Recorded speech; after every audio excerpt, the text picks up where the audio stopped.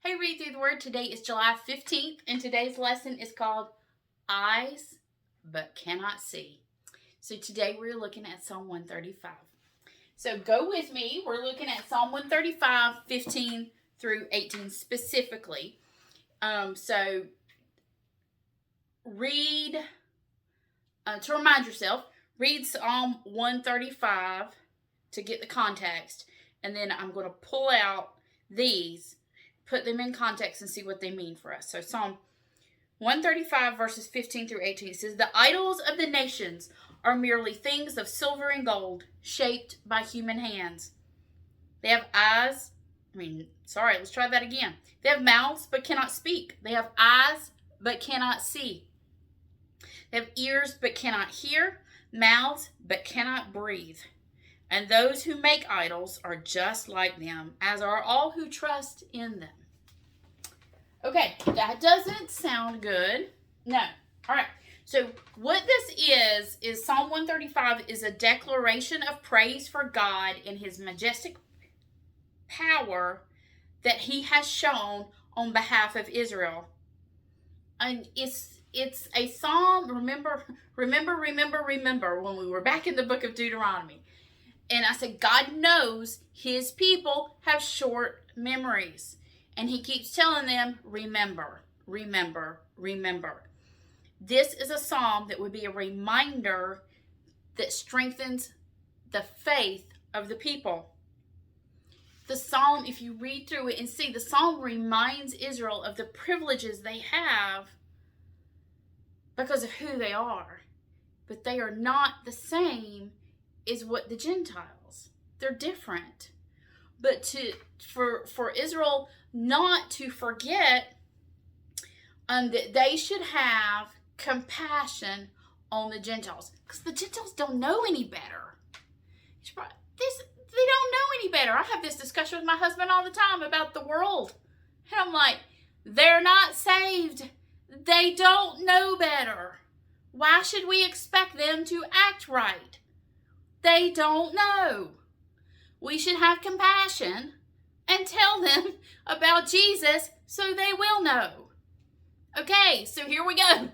Psalm 135 is a reminder to Israel to have compassion, not be all judgy on the Gentiles, because the Gentiles don't know no better. I mean, I know that was a double negative, so, just run along. But they don't know. They don't know. Don't know no better. Yeah, that was double negative. Okay. Because they don't know any better. There we go. Fixed it. Because here's the thing. Israel's mission field are the Gentiles.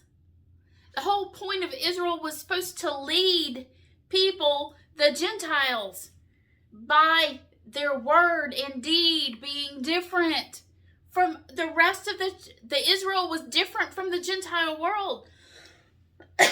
Excuse me. They were supposed to show the Gentiles what it's like to live as the privileged people of God.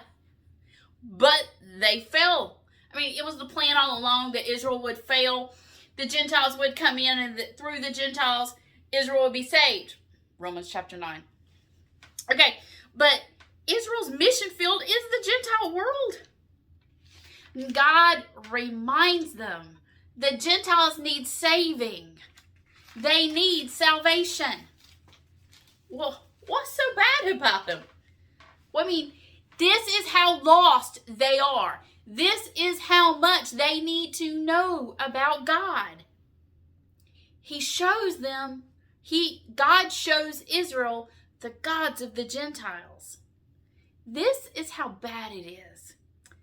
The gods are worthless. The idols are made from the very hands that worship them.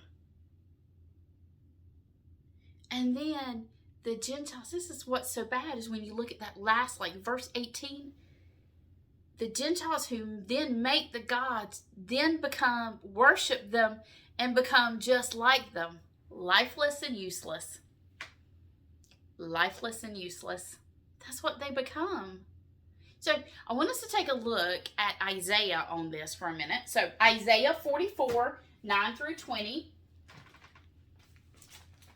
We see this same idea. So many times when you're reading scripture and you might get confused, if you have, I'm trying to look in our Bible, whatever other Bible, if you're using the chronological one we use for our readings, but if you've got another Bible, usually down the center column will be cross-reference things. So if you come to something that you're like, I don't quite understand what that's saying, look for a cross-reference, and more than likely, if you have a study Bible of some type, Psalm 135, those verses will be cross-referenced with Isaiah to explain the idea further. So we can see that this is just not a one-stop thing. God has talked about this before. So we're going to Isaiah chapter 44, verses 9 through 20.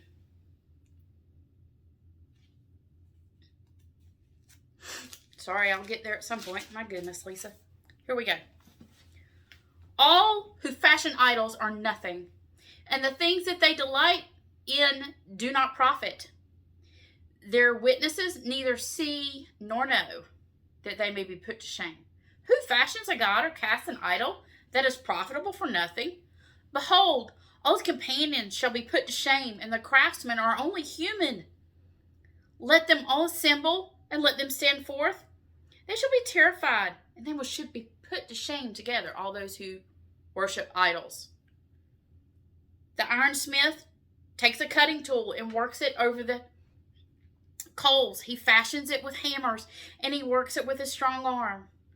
He becomes hungry, and his strength fails, and he drinks no water, and is faint. The carpenter stretches a line, and he marks it out with a pencil, and he shapes it with planes, and he marks it with a compass, and he shapes it into the figure of a man, with the beauty of a man, to dwell in a house. He cuts down cedars, and he chooses a cypress tree or an oak, and he lets it grow strong amongst the trees of the forest. He plants a cedar, and the rain nourishes it. And then it becomes fuel for a man. He takes part of it, and he warms himself. He kindles a fire and bakes bread. Also, he makes a god and worships it. He makes an idol and falls down before it, and half of it he burns over the fire. Burns in a fire. Over the half he eats meat. He roasts it and is satisfied, and he also warms himself and said, I am warm. I've seen the fire. And the rest of it he makes into a god, his idol, and he falls down and worships, and he prays to it and says, deliver me, for you are my God. They know not, nor do they discern. For he has shut their eyes so they cannot see, and their hearts so they cannot understand. No one considers, nor is there knowledge or discernment to say, half of it I burned in the fire, and I baked bread on its coals, and I roasted meat, and I've eaten, and I shall make the rest of it into an abomination. Shall I fall down before a block of wood? He feeds on ashes, a deluded heart that has led him astray, and he cannot deliver himself or say, is there not a lie in my right hand? This is how deceived we are. That we take a tree down out of the forest, chop it, cut it in half. Half of it you make a fire with. You warm yourself and you cook. The other half you make into a statue where you bow down and worship and say, feed me. Do you not see it's worthless? And the more you worship something that is lifeless and worthless and useless, the more you become like it. So, go back to Psalm 135. And this description of praise, and in the middle of this description of praising God, is thrown this idea, this same idea that Isaiah talks about, this same idea of a God that has eyes but cannot see, of how worthless they are. And what Israel would rather do is laugh at them for doing it, instead of telling them, the God you make cannot save, but I know the one who can. The God you make cannot help. We're going to use the word from yesterday. But I know the God who can. The gods of the Gentiles, these worthless gods that everybody's scared of and everybody's going to bow down to as we start completing the Old Testament, none of them can stop the God of Israel. None of them can stop his plan to save Israel and to save the Gentiles. God alone is worthy of praise, and he is to be exalted by all nations. And I think there's a warning there for us. We can sit at home and social media and watch TV and all these things and talk about, oh, all these things going wrong in our world and how awful it is.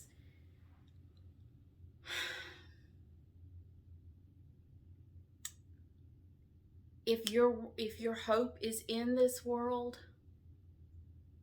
then you become like it. It's not sitting and saying, oh, look at all these people. Oh, they're crazy.